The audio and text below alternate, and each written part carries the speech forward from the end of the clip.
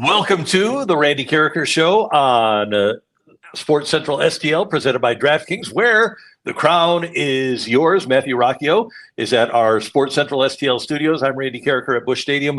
Later on today, Adam Wainwright's foundation, the Big League Impact Foundation, is holding their fantasy football draft, and so I am here for that. And Matthew is back at the station. Randy, Matthew, I got to put my ears in. How are you doing?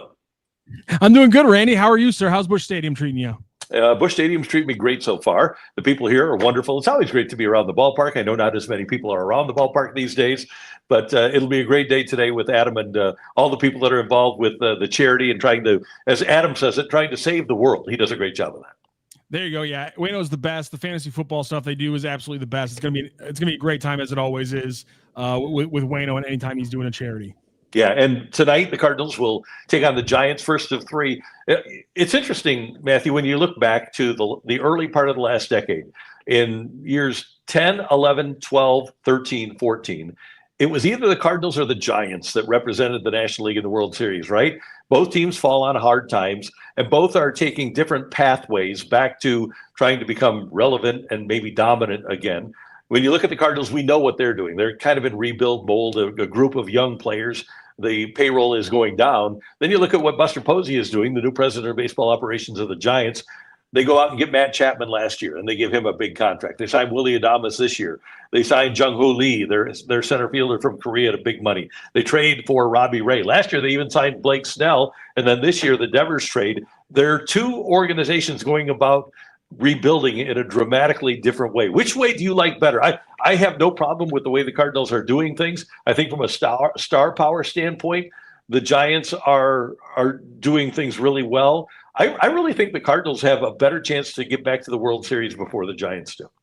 Yeah, I part of this question is going to be, I don't know enough about the San Francisco Giants minor league system and what's coming up next, because for me, I look at a Giants team that, to your point, has made a lot of good moves, has brought in a lot of really talented players, and yet has one more win than the St. Louis Cardinals this season. And when you look at some of the people in their pitching rotation, obviously they have Jordan Hicks blowing it up, but I think pretty much every St. Louis fan would say that they fist fight somebody to get Logan Webb, Robbie Ray, Justin Verlander, even his age 42 season, and even Landon Roop. So I mean, these are guys that all Cardinals fans would kill to have in their rotation, especially over the last 2 or 3 months. When you look back at the struggles that Andre Palante's had, the last few games that Eric Fetty had as a Cardinal, away games for Miles Miklasz. I mean, this is a roster that in a lot of ways St. Louis Cardinals fans would be asking for, and yet it has one more win. And again, I'm not sure if they have a better pipeline, but I mean, Cardinals were recently re-ranked in the top 10 for pipeline and those kind of things. So to your point, I think there's a lot of reasons to be confident in a team like the Cardinals, which is doing more with less. It's a little bit more like the who do you want the guy running to first base with perfect form who wins the race, or the guy running with bad form who just barely loses the race. I want the guy with bad form, because you fix the form and he's going to outpace the guy every time. And one thing about San Francisco, and like I said, I like a lot of the things. I like most of the things that they've done, but I just wonder if in the long term, are they going to be able to win with this group? I don't think they are. I think this group is too old to be able to win with. So while I like what they're doing, sorry if I'm causing audio issues with my earbud here. There we go. That's good. Okay, good. But I like what they've done, but I don't.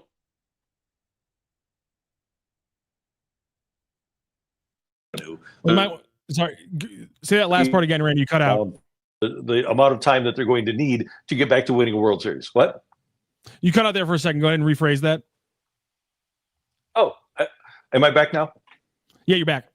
Okay, good. Yeah, I just don't know if the Giants are going to be able to sustain what they're doing with these older players and be good for the long term. And short term, I know that their fans told their ownership they wanted stars after they lost Kane and Lincecum and Buster Posey and the crew that had won for them for such a long time.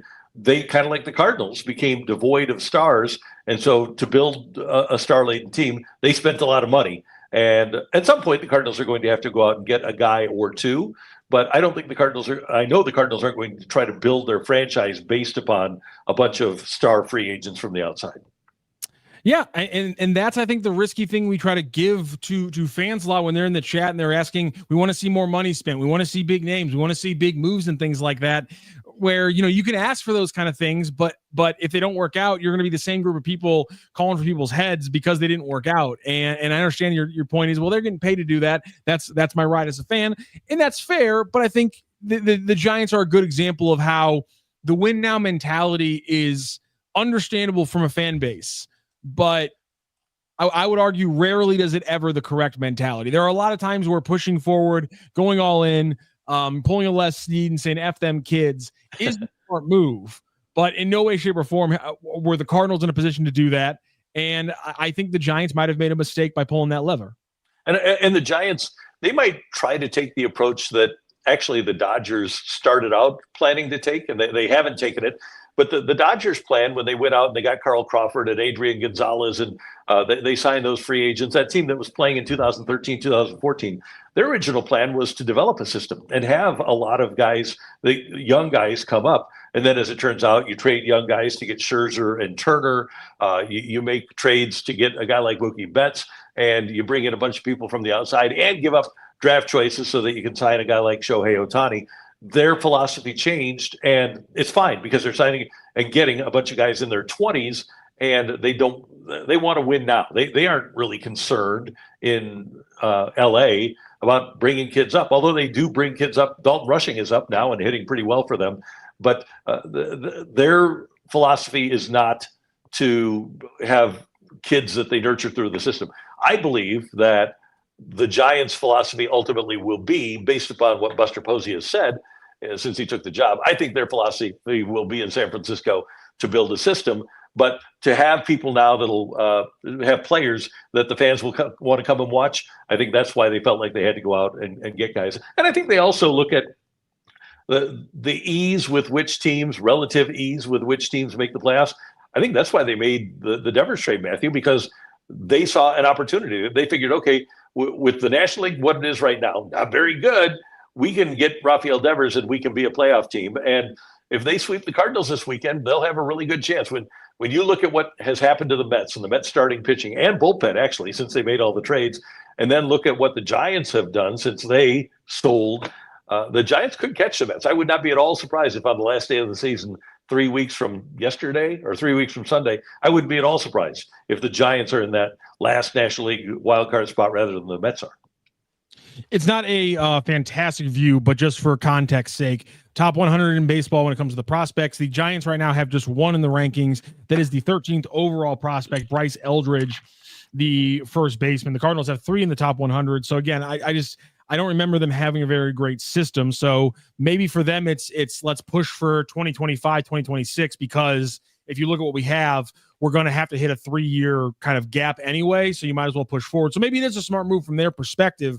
You know, these are very small margins that you're making this decision on. I just think that they are kind of a cautionary tale of what pushing forward when you're trying to break out of the middle without having young stars being the backbone of it, how problematic it can potentially be. Yeah.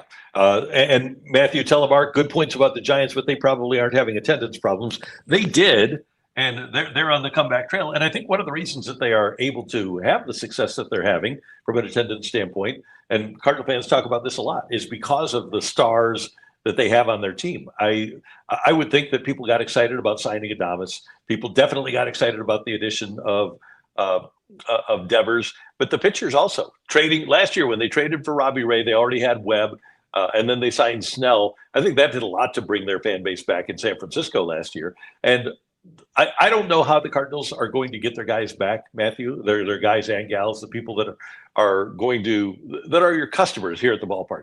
I don't know if you're able to bring them back. It's going to be a process rather than an event. We know that, but I wonder who the people are that are going to come to the ballpark in 2027, 2028, 2029 are, because the older group, like me, they aren't as inclined to come down. I am, but I think a lot of people that I associate with that are my age aren't inclined to come down to the ballpark. And I don't think your generation, and we talked about this the other day, really wants to spend 4 or 5 hours in a day to come down and watch a game live. And I don't know how the Cardinals, I don't know how Major League Baseball fixes that. So I know the Cardinals are actively thinking about it.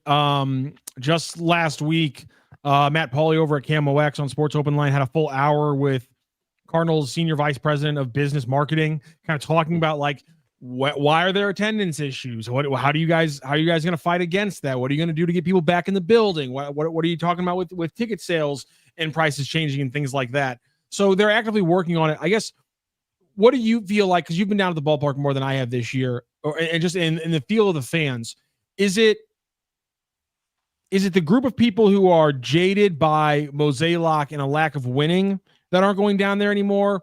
Is that group going to be harder or more important to get back in the gates, or is it just basic 18 to 45 male demographic kind of like ratings math, where it's just getting the people who spend money is all that matters? Or is there a factor of the older generation that is left because of their jaded, not because they're bored, are also not the ones showing up right now? I don't think it has, with that group of people, I don't think it has anything to do with boredom. I think there is, because of that perception of the danger of downtown St. Louis. And if you come down to a baseball game, you never feel afraid if you're walking around the ballpark. Now, is there a chance that at times your car could get broken into? Yes. I think people are afraid of that in coming to night games. I think that is one of the things that keeps people away. And I do think the Mo fatigue, and we've talked about that, is a big part of what's happened here. But I don't think people, just because Mo is gone and Chaim Bloom is taking over, are going to say, yeah, I'll go back to the ballpark. I think they're going to have to change the habits of people. The habits of people that left when Mike Schultz got fired and when the Cardinals had that 71-win season. People decided, you know what, I have better things to do. And the main thing is going to be the main thing. And I know Anouk talks about, hey, we have to make this game day experience better. And that can't hurt. It can't hurt to have a great game day experience. But Dick Vermeil always said, you know what, we can do all the off-field stuff that we want, but we're going to win because we win football games. And I think that's one thing that every sports franchise needs to keep in mind. And I'd like people to weigh in on the chat with this. If the Cardinals are competing and winning and they're a compelling product, are you going to come back to the ballpark? Because if the Cardinals are competing and winning and people aren't coming to the ballpark, if we're like Milwaukee is, where they haven't drawn anybody they draw for the weekend games. They don't draw for weeknight games. Against Philadelphia last night, they drew something like 20,000. Is St. Louis Milwaukee as a baseball town now? Or if the team is competitive and winning, are people going to come down? That's the question that I don't know if anybody has the answer to it. That is a legitimate question. And Lex Luthor brings up TV is more important than butts in the seats. So MLB made the correct decision with the pitch clock. I've heard some comments that the TV ratings, while not booming, are not struggling nearly as bad as the attendance. Does that tell you something about fandom around baseball right now, and more along the sides of people are watching the games, but it's that extra bit to spend their money that's kind of the hill that they won't cross? I can speak to St. Louis. I can't speak on a national level, but I spoke to somebody, a TV expert, just yesterday, as a matter of fact, and the Cardinal TV ratings are up.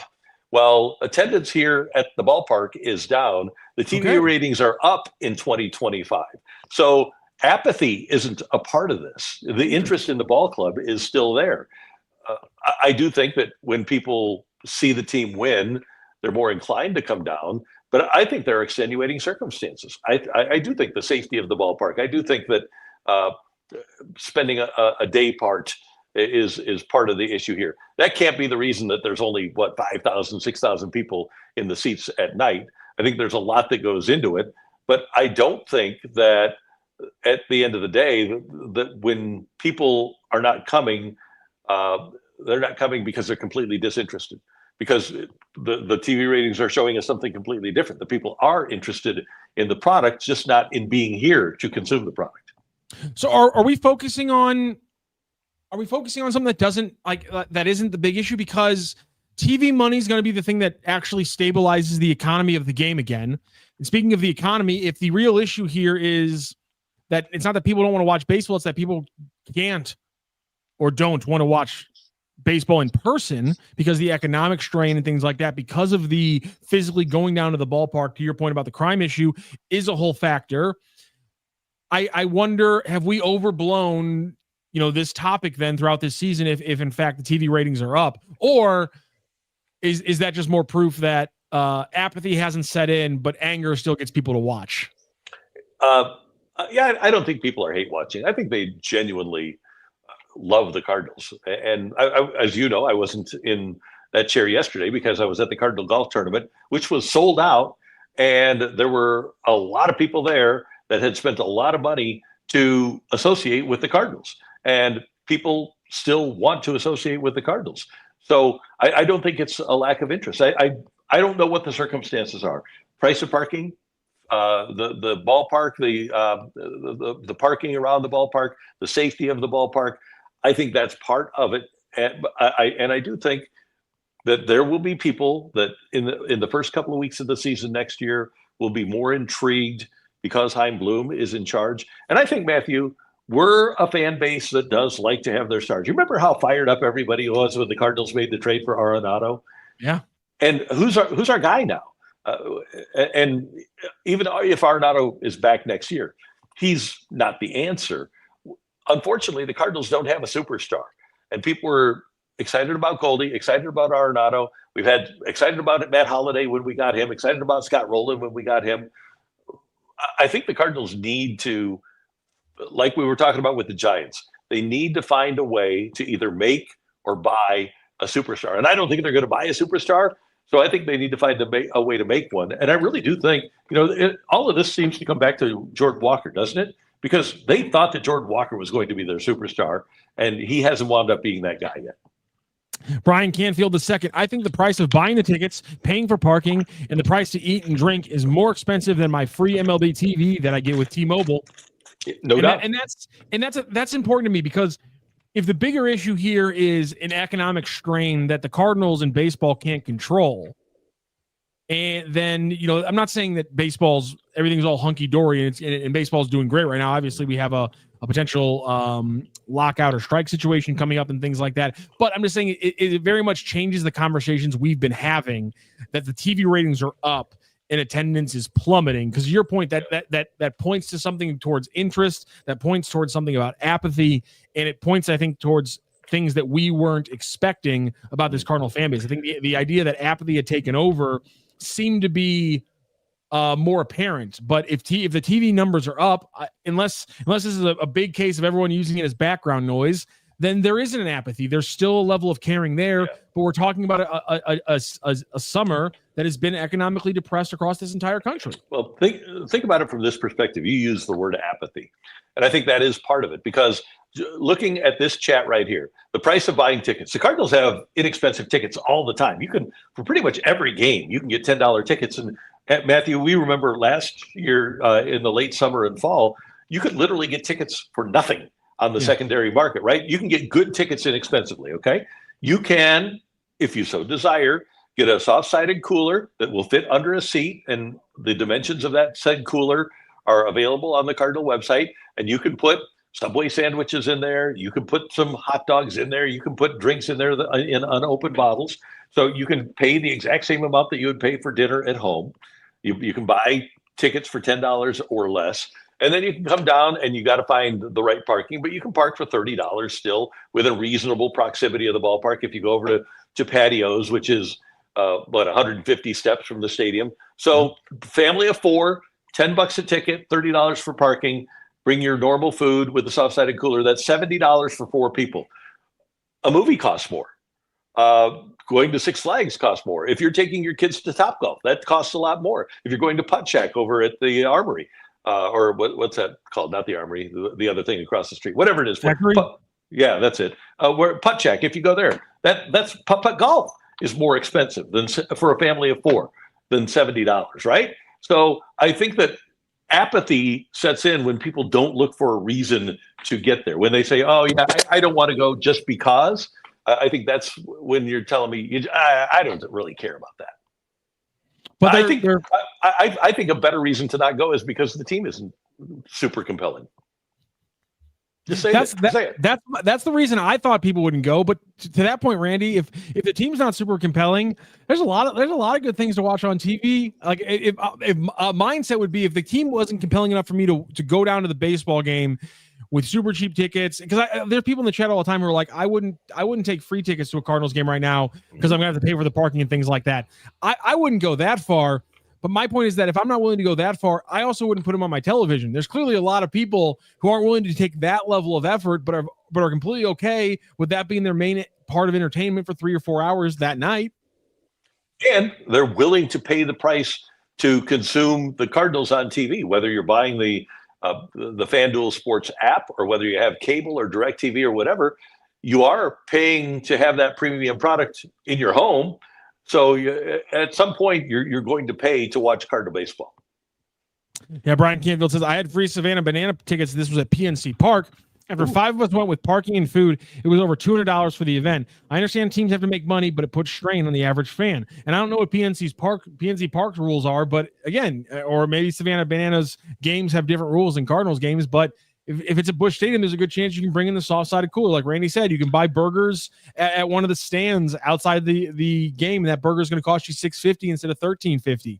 Like, it's still not going to be cheap, but it's going to be a hell of a lot cheaper than it is in the stadium. There are ways to mitigate the cost. I understand that it's not the cheapest thing to do. I understand that it's easier to stay home. That's why I'm not surprised that the TV ratings are better. I'm surprised that the TV ratings are up, though. That legitimately, like, if you would have told me, like, well, the Cardinals have seen a 40% drop in fans this year, but they've only seen a 12% drop in TV ratings, I'd be like, yeah, that locks in with the money factor. The fact that they've seen some precipitous drop in the attendance, and yet the TV ratings are actually better, that's shocking to me, honestly. Yeah, it's pretty amazing. And by the way, the Savannah Bananas, well, I understand, okay, they're both baseball. For me, Matthew, if I can make an analogy, I go to Breadco all the time. Breadco is kind of like a utility, okay? Mm-hmm. But when I want a really special meal, I'll go to Twisted Tree or I'll go to Citizen Cane's or something. You know, I'll spend more for a special event, and I'll go there. The Cardinals are kind of like a utility. They're here for us all the time. We always have access to them. The Savannah Bananas are a special event, and people want to attend a special event. They're more inclined to go when you can only see them 2 times a year rather than when you can see them 81 times a year. I can go to Breadco 81 times a year, and I love it, and it's great. But for a birthday or a big event, I'm going to probably go to a fine steakhouse. That's the way I would compare those two. So I don't know that you can really compare Savannah Bananas to Major League Baseball. I think they're 2 different entities altogether. I get that they're both baseball, and I get that the Savannah Bananas are extremely entertaining, and they've got a great business plan, but they're just different than Major League Baseball. Anthony C., if the economy was an excuse, then why was attendance high when inflation was at 9%? The only time in the last 10 years inflation has been at 9%, or let's just call it above 6%, was in 2022. The Cardinals, I would, my answer to that would be the Cardinals fans had a much greater confidence that they were going to be watching a good baseball team at some point within the next year or two. They won 93 games in 2022 and finished first in the NL, and they were coming off a previous 90-win season the year before. So there was a lot of buildup to kind of offset the cost. To your point, Anthony C., I'm not saying that, or a point is that if the team is bad and the economics are bad, I don't expect anyone to go to the game. But the team was good in 21-22, winning 90 games back-to-back seasons, and so people were okay with spending their money. Maybe it was less. Maybe the economy was doing a little bit better overall. They were okay with spending their money down at Busch Stadium because the team was putting up enough wins that people were happy to keep on spending. Again, that's a 90-win season and a 93-win season looking at the summer of 2021 or 2022. And Matthew, it's super expensive to live in LA. And the economy in LA isn't awesome. And the Dodgers are drawing 49,809 fans a game. The economy in San Diego, it's really expensive to live there. There's not nearly as much discretionary income in San Diego. Hold on here. Am I still with you? You got me? You're still with you. We can still hear you. Okay, good. The economy in San Diego isn't what it was. Now I'm back. And San Diego's second in the majors in attendance. The Phillies are third. The Yankees are fourth. They're drawing 42,000 a game. The Mets are drawing 39. Cubs are drawing 37. Giants are drawing 38 or 36. Not all of these places have terrible economies, but they're still, but some of them do. Some of them, it's really hard to live because the price of living, the cost of living is so exorbitant, yet they're still drawing a ton of fans to their games. Houston is drawing 33,385. It seems to me Dodgers are winning, Padres are winning, Phillies are winning, Yankees are winning, Mets are in a wild card hunt right now. Cubs have a chance at a wild card. Giants have been hot of late. Braves historically have been good. Toronto is winning. Seems to me the equality comes from winning rather than economy. Yeah, I just think there are definite factors. Is our bigger point, because I was just told this to Anthony in the chat, because Anthony is saying exactly, Rock. People will spend money to watch a good product no matter what the cost is. I don't think we've gotten away from that, and no one's disagreeing with that fact. That's true. I'm now just trying to isolate why TV ratings are up in a season when the majority of people that we deal with this year, Randy, tell us that they don't care anymore, or tell us that they stopped caring, at the trade deadline, or tell us that they don't watch anymore because of John Mozeliak. Yeah, I know Twitter and our chats are small sample sizes for the entirety of the St. Louis area, but it just that's the thing I'm talking about. I'm not surprised that people don't want to spend their money. I'm still surprised people are willing to spend so much of their time. That, in fact, compared to last year, apparently, according to ratings, more people are spending their time watching the Cardinals this year than they were last summer on television. That's the only thing that I'm a little bit surprised about, based on the reaction we've been getting from fans over the last 2, 4, 6 months. Yeah, and I really think that, and I took some shots earlier because of the attendance being down, and said we're a winning baseball town. Maybe it comes back to us just being a really good baseball town, and especially those people in my generation that grew up, and we went to games in the 70s when the team was 500, and yeah, there were a lot of stars, but we also experienced a lot of winning and made an emotional investment. I think there's a ton of people in St. Louis and surrounding areas in the region that made an emotional investment in this organization at childhood, and that's something that is going to be with them until the day they die. And in some way, shape, or form, they're going to find a way to consume the Cardinals, whether it's here at the ballpark, or whether it's on TV, or whether it's on the radio. There's still interest. And obviously, for me, it's more than a job. If I had a real job, Matthew, you know this, I would be paying attention to sports and paying attention to the Cardinals. I can't see a scenario in which, even if I didn't have this job, that I wouldn't be watching Cardinal baseball. I'm one of those people that made that investment early in life, and that's who I am. It's like when I asked Tony Gwynn one time. There were rumors about Tony Gwynn coming to St. Louis, and I asked him, "Why aren't you here? Why aren't you more inclined to accept a trade to the Cardinals?" And he said, because he had called St. Louis the best baseball town, and he loved playing here. It was the second favorite place to play in San Diego, and his answer was, and it couldn't have been simpler, he said, "Man, I'm a Padre." And I think what I say is, man, I'm a Cardinal fan. That's just who I am, And Fat Bob here says, well, it's because there's nothing else to do here. Again, I'm not shocked that people are not spending their time to go out and spend money at Busch Stadium. My point here is that I'm surprised is that because, there's not a lot to do around St. Louis, but guess what? In St. Louis, you still get the plethora of channels and streaming services that people in LA have. Yeah, you don't have the beach to go to, but my point is that when people are sitting at home, they are still choosing to be entertained by a mediocre 500 Cardinals team than every other option they have, even more so than last year, according to the ratings. That's the thing that I'm focused on that's baffling me. It's not any bit of the actual physical entertainment dollars being spent on the Cardinals being lessened. That every part of that makes sense.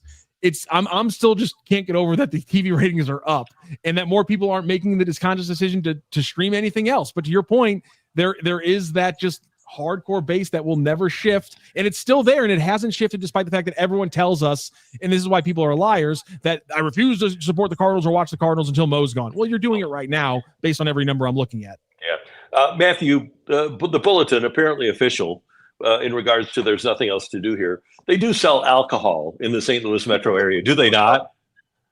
And there are bars, right? So we got that. Yeah. So let me just, and Bernie's going to join us here, and I always love talking to Bernie. But you say there's nothing to do here. On tomorrow morning, I know multiple people that are going to get in their car at 6:30 in the morning to go to see Mizzou in Kansas. I know multiple people that are going to go to the races this weekend. There's two races, a 200-mile Xfinity race tomorrow, and then the big NASCAR race on Sunday at Worldwide Technology Raceway. I know people that are going to the Stiefel Charity Classic, and they're going to watch that. I know people that are going to go out and play golf. I know people that are going to go out and ride the Katy Trail this weekend. I think if you don't think there's anything to do in the St. Louis metro area, you're just blinding yourself. You're putting a blindfold on and you're saying, I don't want to see what's going on, because there's a lot to do in St. Louis. And I know this is a unique weekend. And by the way, the zoo is open this weekend too. There's stuff at the park going on.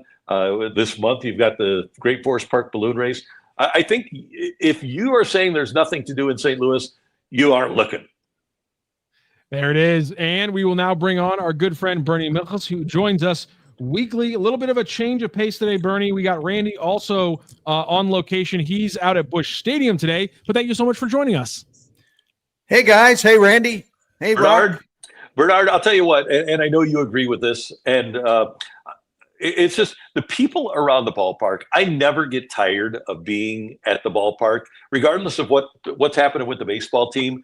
Being around the people here at Busch Stadium is so much fun, whether it's for a game and it's the ushers and the people that take care of you and the concession people, or the people here in the office that have taken care of me today to allow me to broadcast from here. Well, I'm doing Adam Wainwright's charity event today, and I wanted to be able to get there right after 11:30, so because we're on the show until 11:30. But the Cardinals are so gracious in being able to allowing us to be able to do the podcast from here. I love being around this ballpark. Listen, I've always been the kind of baseball fan where it never mattered to me whether other people were streaming into the place to fill it. In fact, some of my best nights at a ballpark, whether it be Baltimore or where I lived in Texas, St. Louis, also just on the road all the time, were nights where days or nights where the ballpark wasn't filled to 75% or even 50%. And just being able to wander around and to sit in different seats and kind of get different vantage points, sample the food. A baseball park, more than any other venue in sports, a baseball park, especially a good one, it is a wonderland. There is always something that will entertain you or capture your attention. You know, I can only speak for myself as a fan. I never, ever tied a team's success or failure to whether I wanted to go to a ballpark or not. Now, people can do what they want. It's their time and their money. I'm not criticizing anybody. But to your point, the Cardinals have not only been really good through the years, really good as far as making it a fun place to be and putting a premium on customer service. No one's perfect, but they've really tried. And I'm aware of some things that I'm sure you are too, Randy, that they're working on behind the scenes because they want to make it even a more fun, more entertaining place.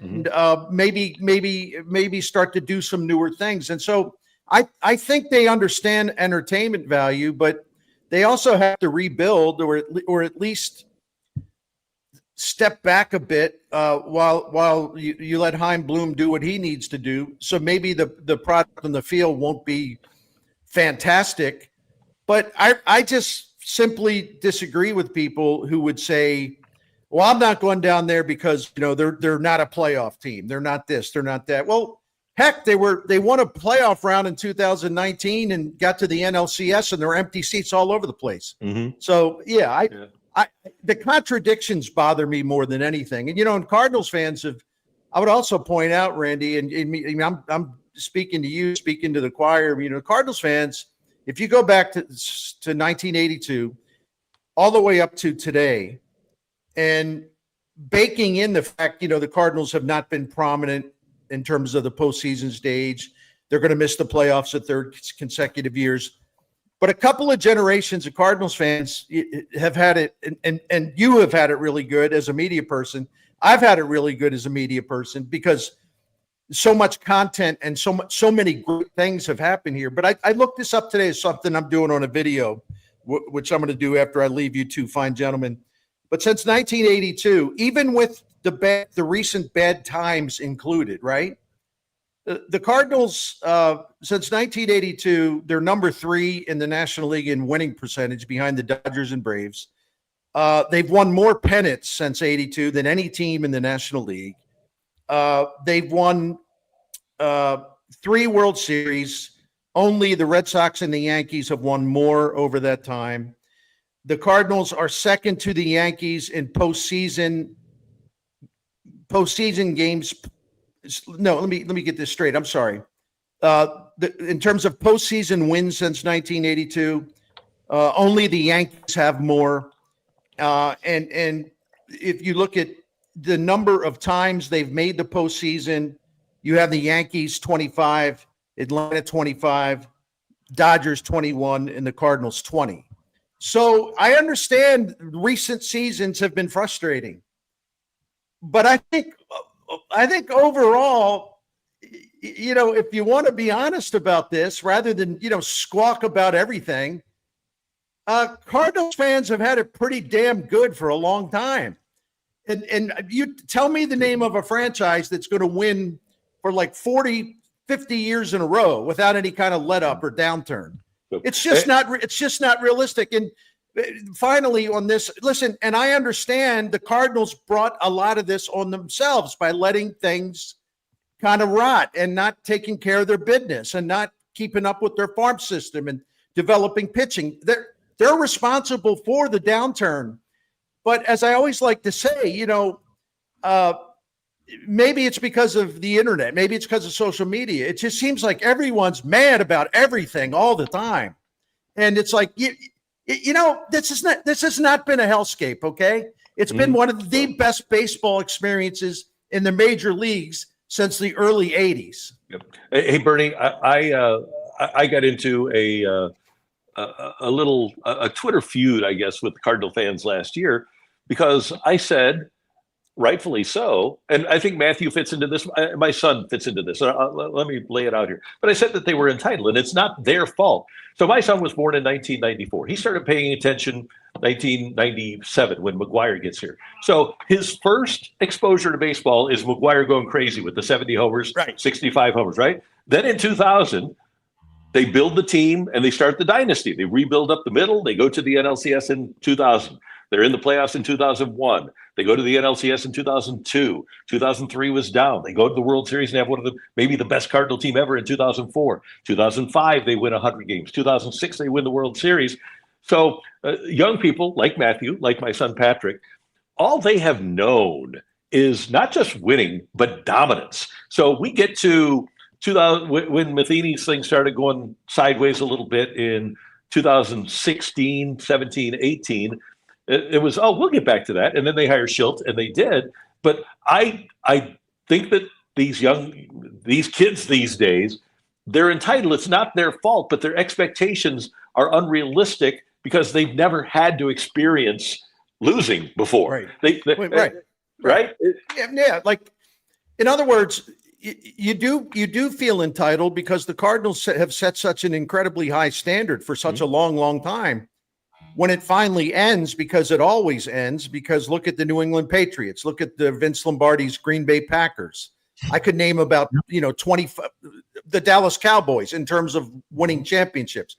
I could click off about 25 teams that were once great, but it kind of fades out and then they have to regroup, rebuild, whatever. Nothing lasts forever. But I understand that's the irony here, when you set such remarkably high standards over such a long time, when you fall off, as all teams do at some point, where you have to kind of start all over again, people get angry as if you're like cheating them of something. And it's really not that. It's just a matter of the way sports works. Nothing lasts forever, especially if you're on the top. It just doesn't work that way. But so the Cardinals are kind of, what's the word here? Their own high standards and incredible success has actually now very much working against them.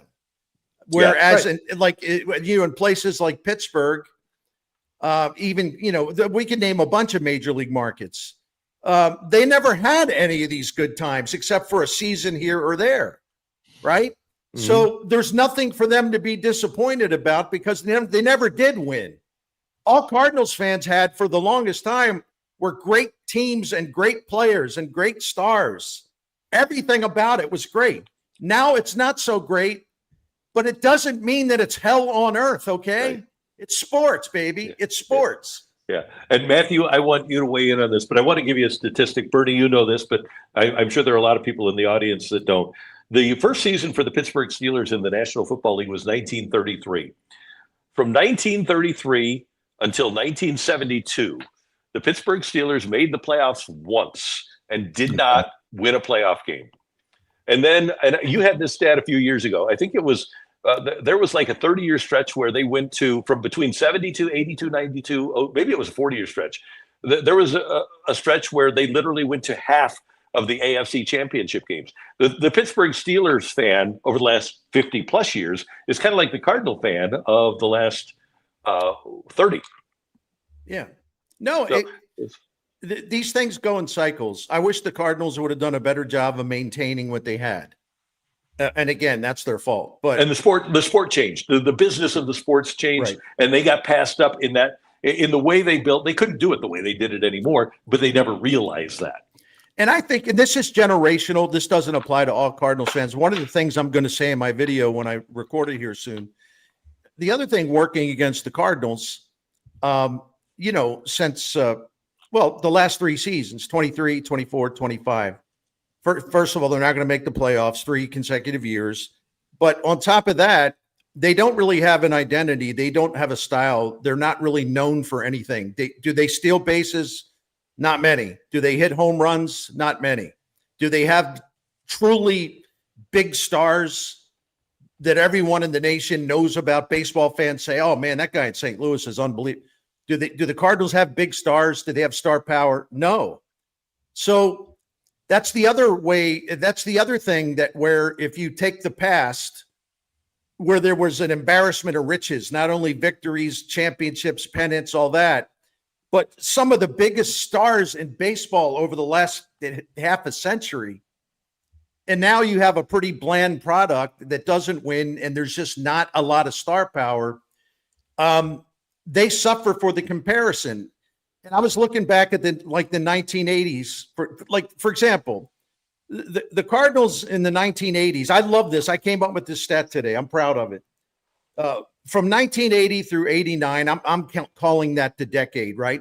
Mm-hmm. The Cardinals stole 2,045 bases, 2,045 stolen bases. Sorry. That was the most stolen bases in a decade by a major league team going all the way back to the start of the 1900. That's incredible. Yeah. So, and then much to my surprise, I looked at the 1990s. And this is even after La Russa came in and, they got better offensive talent. The Cardinals led the majors in stolen bases in the 90s as well. Wow. So for 2 decades, they led the major leagues in stolen bases. And St. Louis fans, which I understand, they love that style of baseball.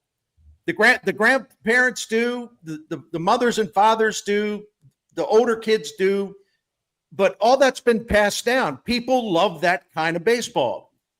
That kind of baseball is not on display, and it hasn't been for a while. And I think, again, it's an example of where the Cardinals' glorious past kind of hurts their attempts to get this thing back on track for the future, right? Because it's a really high standard to hit, not only in wins, but also in style of play that St. Louisans have loved for a long, long time. All right, Matthew, I want you to weigh in on this as a 34-year-old because you got 2 old guys talking about this. So I want the young person's point of view here. I listen. I think it's all cyclical. Listen, when I was a kid, it was all home runs. But now, as I'm a little bit older, I think there's a dozen different stylistic ways that you can get people involved and attracted to baseball. It's certainly not just the three. There's some people who are going to be always infatuated with slug and home runs and things like that, but that's not going to be the majority of fans ever. There's going to be a huge group of fans that even now who are younger who want to see excitement in a different way. That's why there's some people who are diehard baseball fans versus football versus basketball. It's like you have different ways of attracting people. And so while I didn't grow up with that form of baseball at all, watching what the Cardinals have right now with Victor Scott II and Mason Wynn, all I want to see is more people run. Every time they're stealing bases, it's fun for me. And maybe there is a part of the thing with people like me who never got to see it, that the idea of somebody could go out and consistently season after season steal 80 bases, I'm excited for that because I've never seen it before. I never got to see Vince Coleman or Lou Brock do that. And so the idea of getting to see that again in the game, that sounds like a lot of fun. Like even the few times I've seen it, guys like Rajay Davis going out for like 60 stolen bases with the A's back in like 2009 or whatever. Like that was a fun thing because it was anomalous to the current game. I would love to see a season where that becomes a regular thing and we have an actual like race to see who can win the stolen base title in its first to 60 for the first time in God knows how long. And I think that's a great observation because I'd like to see that too. My only thing I've ever said, and Randy knows this because we talked about it here on his show on one of my first appearances, I'd love to see them steal more bases. And I know Randy wants that too. But my point where I don't talk about it all that much is because they're not good at it. So it's like, well, I don't want to see them running into outs. Yeah. But they got to be, that's the point. One thing Chaim Bloom can do to help not only the Cardinals, but also help the fan base is he's got to somehow cultivate a more athletic team where their base running is great. They're fast. They can find ways to manufacture runs with their speed by beating out, infield hits, beating out ground balls, double plays where they're so fast down to first base, they beat the relay throw, scoring from first on a double, those kind of things. They really need to become a much more athletic team. And I would think that would be easier to do than to say, well, we got to go out and find three guys who can hit 30 plus home runs. I think they'll do that over time, but that can't be forced. But I think you can draft players with having increased team athleticism in mind. And they're so limited athletically that it makes them dull because, all right, where do you go? You don't hit home runs. You don't steal bases. You don't fly around the bases. You can only do so much with your legs, so to speak. I'm talking about offensively. That's why they're so dull, So yeah, and I think that's got to change. Sorry, man. Yep. No, you're fine. The stylistic changes, it's such a weird myopic view that people have about baseball. Because if you look at football and things like that, football became big because football hit its biggest zenith as a passing league. But last year, the style changed and people didn't run away from their couches to stop watching television because they ran the ball a little bit more. I think like basketball, everyone's been complaining about the 3-point shooting, but the ratings are doing good. But we just had an MVP who shoots a ton of mid-range shots and people are clamoring for the mid-range game. There's cycles in these games, and to ignore that idea and to plow forward and say, well, there's only one way that baseball will now be played in the future is just ignoring how every sport has gone in America over the last 50 or 60 years. You know what I think's coming, and I think I'm fairly confident it's coming in St. Louis or coming to St. Louis. I believe the Cardinals are going to try to change their philosophy offensively because I believe this is going to be a trend throughout baseball, and I think Chaim Bloom will be part of that trend. A team that is not consumed with trying to hit home runs, but a team that is consumed with having high contact rates and getting the ball in play. And singles are okay.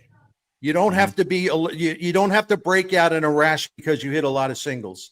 The Kansas City Royals won a World Series doing this in 2015. They won a pennant doing this in 2014.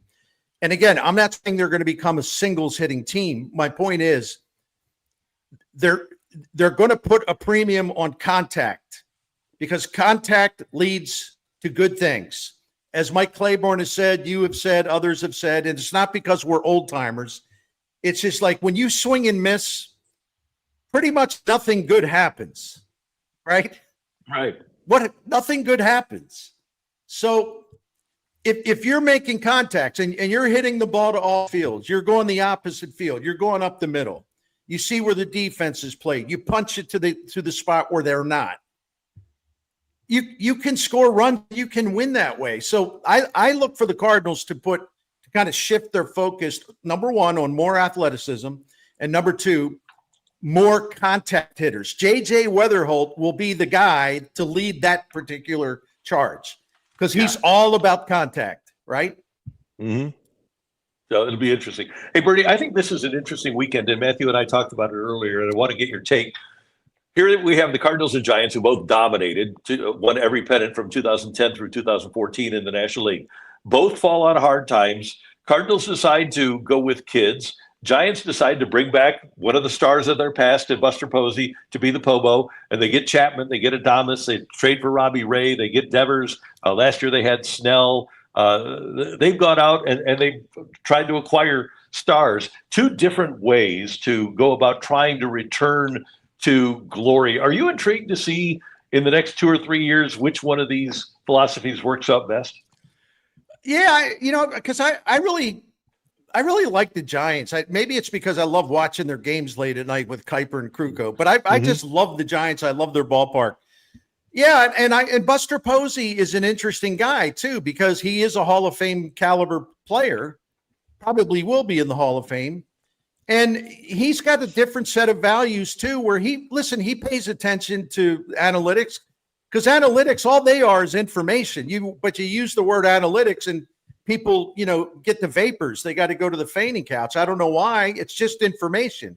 And it's how you don't have to let it be your guide to everything, but it's good to have information.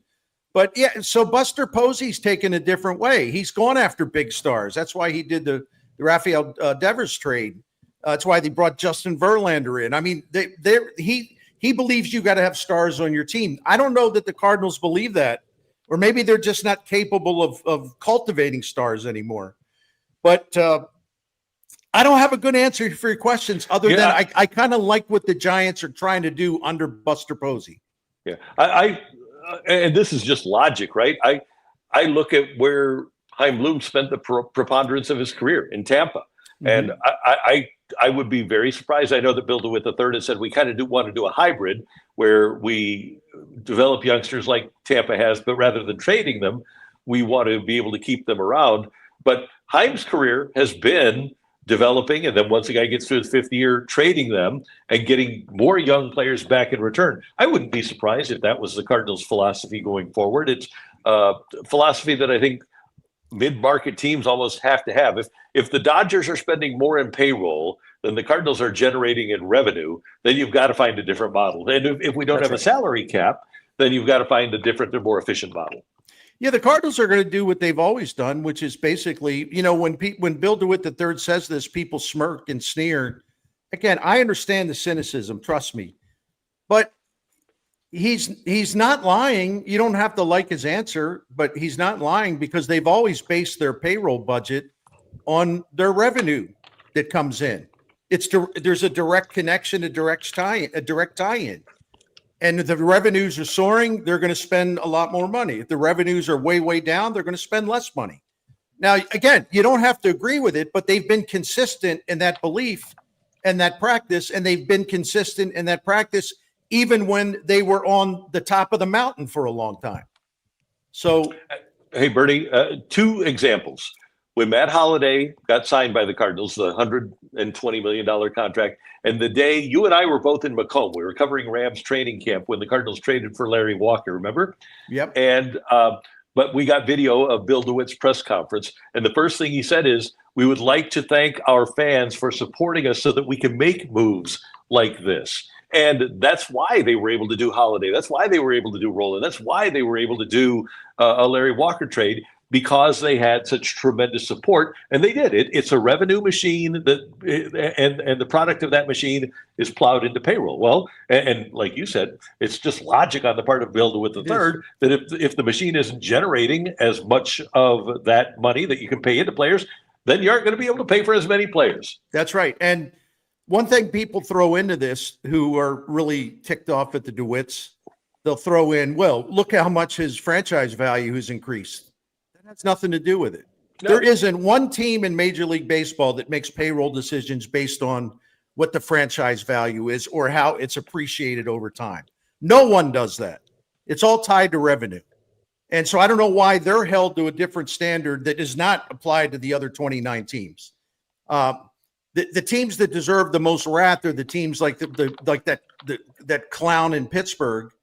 Even though they draft good players, they have a great young pitching coming along again, but he won't do anything, lift a finger to try to really improve the team.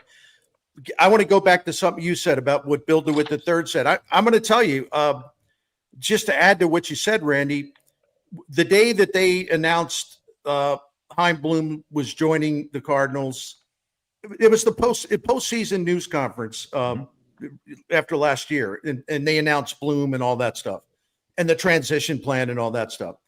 I got a call from Bill DeWitt. He just wanted to say hello. We hadn't talked for a while. And we were talking about this, and he was telling me about why he was excited about Chaim Bloom, and it was all off the record, but I can share a little bit now. It's not that big of a deal. No state secrets or I'm breaking a confidence, and I do believe in honoring that when you're, it's off the record, it's off the record. But I said to DeWitt, I said, I know that you've always admired the Tampa Bay model because I do too, because it's amazing what they do with such a limited pool of resources and terrible attendance. Yet they manage to outmaneuver teams with so much more money because their payroll efficiency is terrific. And Bill DeWitt, you think he would have said to that, yeah, well, that's exactly what we're going to do. But he didn't say that. He said, I love the Tampa Bay model as far as developing players and being resourceful, finding value on the market. He said, but we want stars. We need stars. He said, look at me since I've owned the team. We've always had stars. I think the St. Louis Cardinals should have stars. He said, so the Tampa Bay Cleveland model will be really effective as far as a foundation. But then when you get to a certain place where you're ready to really, really do something special, you better get a couple of stars, or you better make sure you have stars even before that. And I believe him. And you know why I believe him? Because that's what he's always had until recently. And they were planning on guys to become stars who didn't become stars. So maybe they do have to go outside and get them, but they're not going to. Bill DeWitt's never going to spend $500 million on a free agent. So I don't know, because he never has. So I don't know why people bang their head against the wall and have to take themselves to the hospitals with concussions because they're banging their head against the wall over and over again because he's not, he'll never spend $500 million. Well, yeah, you're right, because he never has. Mm-hmm. They won 2 world championships with the 12th highest payroll in baseball. So what, by now people should know what his model is. And you know what? Why they're bad or why they have fallen down? It isn't because of spending. It isn't because of payroll. It's because they let their minor league player development system fall apart, way behind the industry standards. They lost their touch with developing young starting pitching, right? And then all of a sudden they were scrambling, trying to find starters. It's hard to just go out and find new starters every year. Yeah. Because the cost of pitching is high. So the things that they were really good at, they let slip. It had nothing to do with payroll size. I don't know why so many people are obsessed with payroll size, and I'm going to repeat what I'm just going to say 1,000,000 times over the next year or so. Since 2017, the St. Louis Cardinals have outspent the Milwaukee Brewers by $350 million. Who's kicking whose ass? Okay? Mm-hmm. Right? It's amazing. No, and then we just got a message, and I get tired of this too. I'm tired of you guys blaming fans instead of ownership. That's a dishonest interpretation. Yeah, tired of commentators taking the owner's side and blaming the fans. I'm not taking anybody's side, but I'm also not one of these people that's just this constant stage of rage because I want to be a tough guy on X. Okay. I've been around a long time and I've seen what a great franchise this has been. And if you or anyone else doesn't think that I have held my punches and have not ripped Bill DeWitt and John Mozeliak to shreds, because of the way they let this thing deteriorate. Well, you're not paying attention, and that's not my fault. Okay, that's your fault. But I don't want to sit here because I want to be loved on social media and sit here and like trash the Cardinals as if they've never won anything and as if the fans have never been rewarded for their great support. Okay, fans have been rewarded. This is a relationship that has worked great for both sides, the ownership and the fan base. The ownership and management dropped the ball. They were the one that kind of weakened the partnership because they let the team deteriorate. But this is what I hate about America today. It's got to be all or nothing, right? It can't be like, well, on one hand, the Cardinals have won. Even with the last few years, they are one of the 3 or 4 most successful franchises in baseball since DeWitt bought the team. But the last 3 or 4 years, not good enough. They got to do better. Now, what is wrong with that take? I think it's a very reasonable take. But then again, I'm not trying to be the biggest, toughest cowboy on Elon Musk's platform. I don't care. I don't care about winning, scoring Twitter points. Okay, I'd rather be fair, and I'd rather just say, listen, it's never all one thing. And if you look at the Cardinals, man, the overall success has been terrific. And Cardinals fans have had it as good as anybody in the majors. But the product has declined, and that's on the people who run the franchise. Ernie, a couple more things before you have to head off to do your video. Number one, Mizzou and KU tomorrow. Yeah. I'm glad that the rivalry has been renewed. I hope that they keep playing. But I'm interested to see where these two programs are. I know Lance Leopold's done a really good job with KU, but I wonder if KU can play with the SEC. I think the key is not only play with an SEC team, a good SEC team, but to play in an SEC stadium. The one thing about Mizzou under Eli Drinkwitz, and I give him all the credit in the world, not only has a really outstanding football program, and he just keeps finding players, and he's done great with NIL, and he's done great with the transfer portal. He's done great raising money. He's done great work in the politicians in Jeff City. The other thing he's done, and this applies to your question, is that for the first time in my lifetime, as far as following Mizzou football, there have been times when it's been great. The game day, the stadium packed, it's been great. But the team has been so up and down, it's been difficult to sustain that. Mizzou feels like a true SEC program now because they have an SEC stadium on game day. The energy level in Faurot Field is nothing like I've ever seen, and I've been covering Mizzou since the late '80s. The sellouts, the energy, the enthusiasm, the colorful nature of the crowd. It feels like a great SEC venue, and for a long time, frankly, that was lacking. And so, to me, the reason why I picked Mizzou to win, I do think it probably is going to be tight, is because I don't think KU, this kind of environment is going to be really difficult for them. It's going to be really difficult for them because it isn't just a sellout crowd. It is a very noisy, very loud, very enthusiastic, 100% max energy type of crowd. And that's why they win at home and they win so many close games at home. It's a true home field advantage now. And I looked at Jalen Daniels, and me with the numbers. As a starting quarterback, I mean, he's thrown when they've played on the road more interceptions and touchdown passes. When he's at home, it's a whole different story. So I think it's just going to be a tough environment for KU. I think their coach is great. I think it's really cool that their programs has kind of come off the ground, after being stuck in the mud for so long. I'm looking forward to this game. It's going to be fantastic. All right. And one other thing, I think up until last night, maybe the stupidest thing I'd ever seen a football player do on a field was Tony Banks in 1997 taking a swing at a Bears player and the quarterback of an NFL team getting thrown out of a game. It was unbelievable. But I think that Tony's misstep there was eclipsed last night by Jalen Carter spitting on Dak Prescott with the referee standing right there before they even had run a play. What about the theory that Dak actually hurled the first loogie? I think somebody actually had that. I think they might have had video of that. Yeah. Ooh. There had to be a second spitter.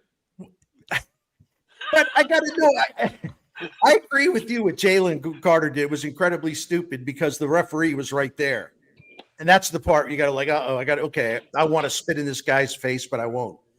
But what the hell is Dak Prescott doing before they even take their first snap from scrimmage?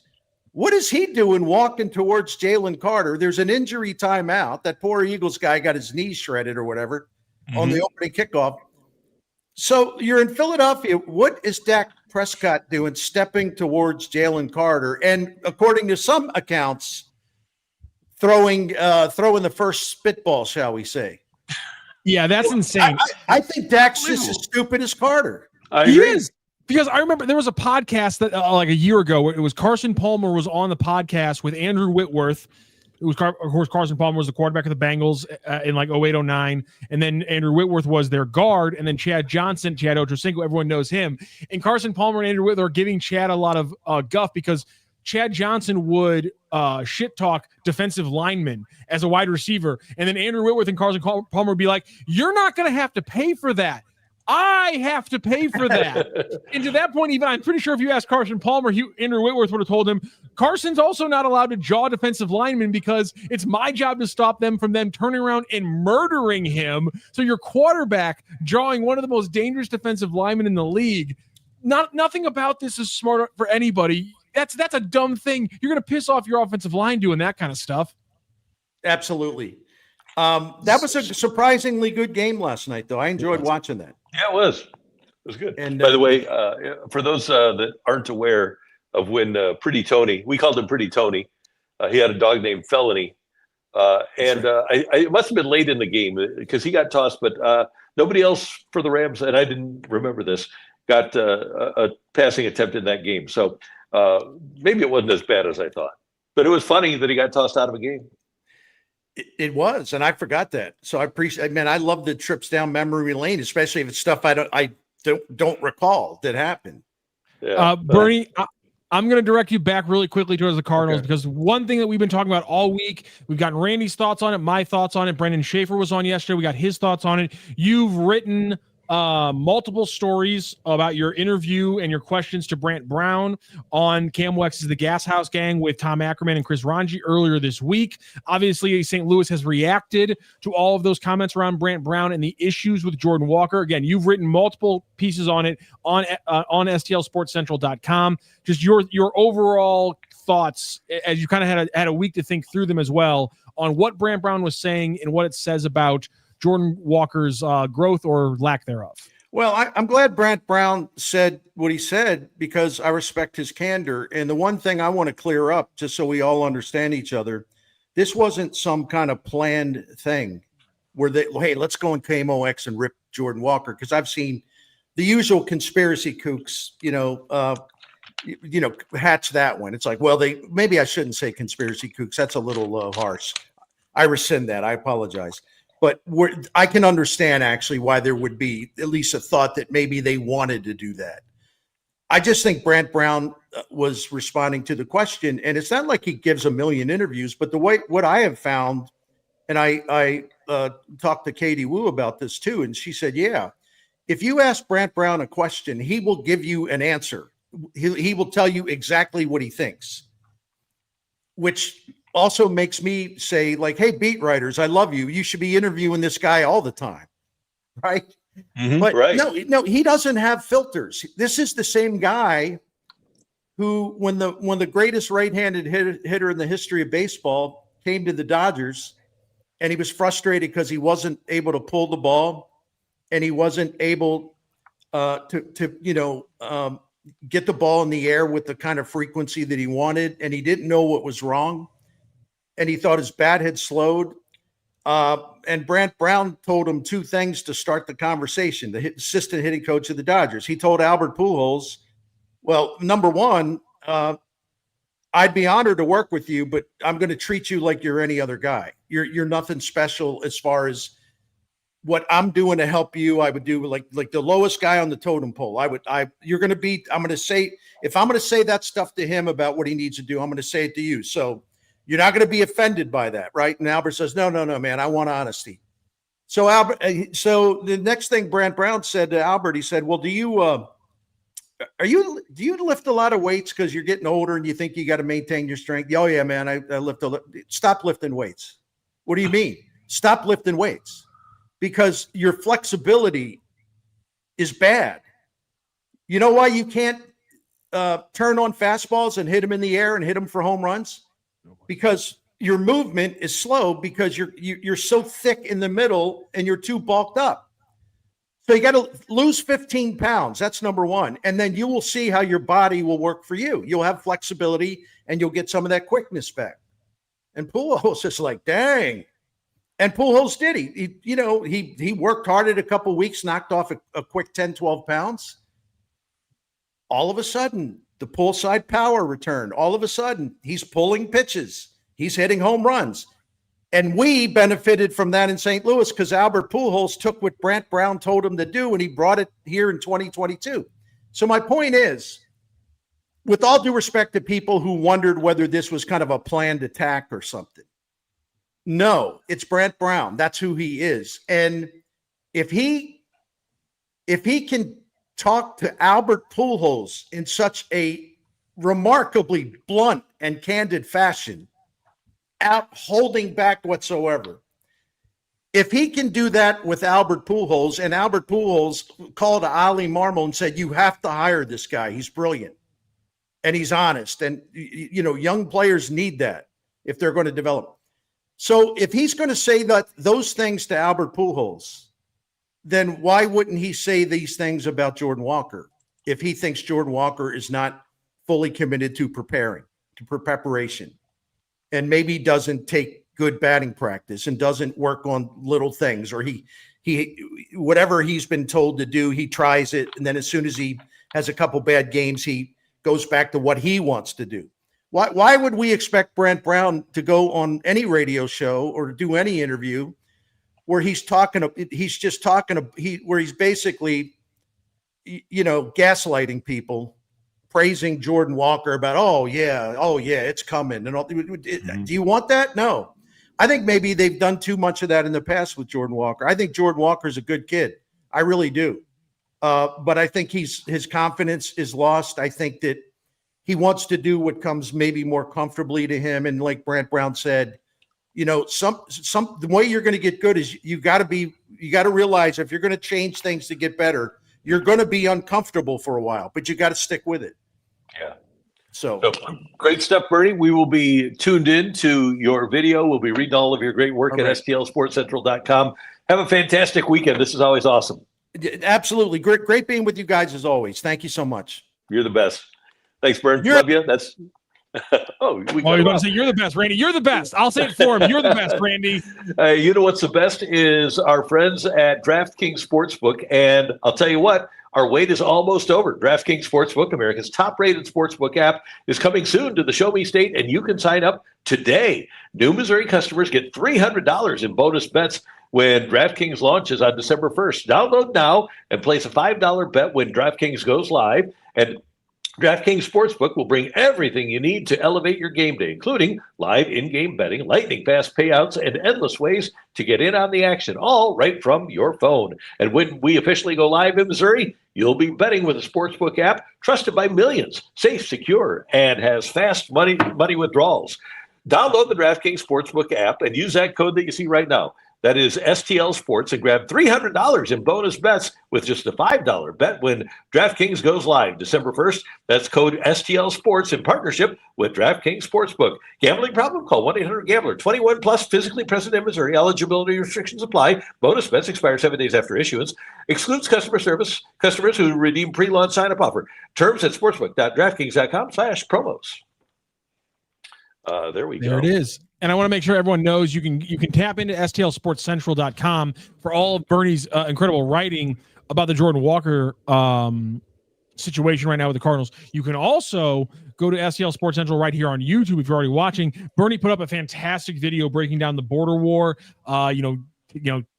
tracking the history all the way back to, of course, the actual Civil War, and before that, how it gets crystallized with in the Dan Devine years. Then it moves on, and obviously you then get, of course, the dominant basketball run from KU, all those things, Norm versus Roy, Daniel versus Reesing, all those things. Then he dives into the actual matchup, again, the Jalen Daniels stuff you heard earlier today. So check out those videos and articles from our good friend Bernie Miklasz. And before we wrap up here, I want to talk a little bit about that Pablo Torre finds out piece about Steve Ballmer and Kawhi Leonard, and the fact that Mark Cuban has disputed that reporting. So they're going to have a separate podcast discussion between them today, between Pablo Torre and Mark Cuban. And Pablo Torre, man, if you watch the podcast, he had a lot of information and a lot of really corroborated evidence. It'll be interesting to see what Mark Cuban brings to the table. I can't get enough of what Pablo Torre is doing. If you guys haven't been able to read or listen to the whole entire podcast, we talked about the initial kind of the surface level facts, which was the no-show job. The reason why the podcast is so fascinating, because Pablo broke down and proved that it was a no-show job. He went through all these different things to find out at any point in this sponsorship, where he was going to be a one of these big celebrity names for this company. Did he ever send out a tweet, a Facebook post? Did he even retweet stuff? And so far, they have found absolutely nothing that Kawhi did, which is why this matters, is because a company signing you to an endorsement deal isn't a weird thing. That's never going to pop up on anybody's radar and be like, well, that's an odd thing. But if you don't actually do any of the endorsements for the company, and if that company happens to be invested in by your owner, then things are going to look a little bit sketchy. And that's where these things come in. It's not just that he wasn't getting paid. It was, it looks like a lot of the money is coming from Steve Ballmer and the Clippers, which is sketchy, because not only do we get into, are they circumventing the cap? And we must say, they are have sent out multiple comments saying that we were not circumventing the cap. Everything in the statement is false, and we take it very seriously and things like that. But the other thing that came out earlier today that I wanted to mention is not only do they have the episode with Mark Cuban coming out today, but also Pablo Torre had a update on the story where it looks like he had gotten another piece of corroboration from another group of reporters, basically proving where all this money has been coming from. So it's fascinating. Again, this isn't just salary cap circumvention. And again, we pointed out the last time a team tried to do this and got caught for it, the Timberwolves got the book thrown at them. What was fascinating to me was that in this podcast, Pablo points out multiple times that just recently Adam Silver has been quoted as saying that cap circumvention is a cardinal sin and something that they're always going to keep watching for. And they even said that if because the Clippers have been recently been a ruling came down that they didn't break any rules in this kind of thing. But Adam Silver then said, if new evidence comes to light, we will immediately reopen this investigation. And so this matters from an NBA side, but it also matters from a financial side, because I'm not an investor. I don't know these things, but according to Pablo's reporting, and it sounds correct, the idea that you can just like funnel money through one company to a person isn't exactly legal. No. As we mentioned, not only the cap, but the luxury tax too. Other owners aren't going to take too kindly to that. Hey, Matthew, I had the great honor this morning of kicking off the Stiefel Charity Classic at Norwood Hills Country Club. It was great, and don't miss it, folks. You get the opportunity to get out this weekend and have a great time. The Stiefel Charity Classic, presented by Compliance Solutions. It's through Sunday, and you can watch PGA Tour champions tee it up and compete. And some of the names are going to be there this weekend: Y.E. Yang, Bernhard Langer, Stuart Sink, he's the favorite, Justin Leonard, Chris DeMarco, Darren Clark, and more. Plus, you can enjoy a live performance tonight from music sensation OAR at the community concert presented by CarShield. Tickets starting at just $20. Kids and military and veterans and first responders get in free. Get your tickets at StiefelCharityClassic.com. That's StiefelCharityClassic.com. And we will see you at Norwood Hills this weekend for the Stiefel Charity Classic. And we'll see you there tonight. OAR, that big concert there tonight. I know there's plenty of loyal listeners to this program who are going to be out at OAR thanks to us. I hope everybody else out is going to be out there at the Stiefel Charity Classic. If you see me, I'm going to be out there on Sunday with my pops. If you see me, please come say hi. It's going to be a great time, as always, out there at Norwood Hills. And also, big weekend as well. Lots of stuff to watch here on STL Sports Central. Tomorrow, Saturday morning, down in Columbia, Missouri. We're hitting the road, and a group of us are going down. I shouldn't say a group of us. I mean that by STL Sports Central. I am not going. A group of STL Sports Central people are heading down to Columbia, Missouri, and we'll be doing a pregame show live from the bar that is called My House. And I say it that way because if I would have said they're live from my house, it would have confused people. So they're live from the establishment in Columbia that is called My House. They're going to be down there with our good friends and some sponsors at Legal Buddy. And so find them at My House. They're going to be down there as soon as SEC Nation wraps up around 11:30. They'll get started with the pregame show at My House starting at 11:30. They'll go for about an hour and a half. And then, of course, Missouri and Kansas will kick off at 2:30. And then where are you going to find your postgame for whatever happens? Right here on STL Sports Central. So whether it's golf, whether it's football, whether it's soccer, baseball, anything you're doing this weekend, we got you covered right here on STL Sports Central. Yeah, it's incredible. And thanks to the Cardinals for opening up this room for me here at the ballpark. And Matthew, thanks for your technical assistance. Back in the day, if I wanted to do a remote like this, I would have to drive a giant van, and I would have to put up a big satellite mast, and I would have to get in contact with the station, and it would take me hours to get set up. All I have to do is bring my phone. There it is. And we're still fighting some technical issues because we're still trying to figure out how to get a phone call on the show. We were trying to get longtime Missouri broadcaster Chris Trevino on the phone today, because if there's anybody who has Missouri and Kansas memories from 15 years ago, it's going to be Chris Trevino. But unfortunately, technology is still a hurdle that we have to jump through every day. And today I stumbled a little bit. I didn't completely fall on my face. That's why Randy has been live this entire show. And so, it's the little victories. Yeah, we'll take them. Hey, man, have a great weekend. By the way, congratulations to Al Hrabosky going into the Cardinal Hall of Fame tomorrow. I'm so happy for him and excited about him. And had a chance to, as I mentioned, be over at Stiefel. I'll spend some time out there. I'm going to try to get to every single sporting event this weekend. I'll see if I can pull it off. One more. I'll throw it out there, although more this year like they were last year, Randy. But Enjoy Illinois 300 is on Sunday. That's going to be an absolute blast. They kill it with those races out there. There's so much to do around St. Louis. Again, this is a very unique weekend when we have 6 or 7 things crossing all at once, because again, there is a home city game on Saturday, but still get out over to the Illinois side over in Madison, because that race is always an absolute blast with our good friends over at Worldwide Raceway, Worldwide Technology Raceway, excuse me. Great job, Matthew, and we will see you on Monday morning. Thank you. Thank you as well, Randy. You have a great day as well, sir. You too. Matthew Rocky, Randy Carricker, The Randy Carricker Show on STL Sports Central. Don't forget, you can see us on YouTube all the time. Check out all of the great offerings at stlsportscentral.com. Available now on every single podcast platform as well. Thanks to our friends at DraftKings and at the Stiefel Charity Classic for bringing this show to you. And for all of us, we will see you Monday morning at 10:02. Have a great weekend.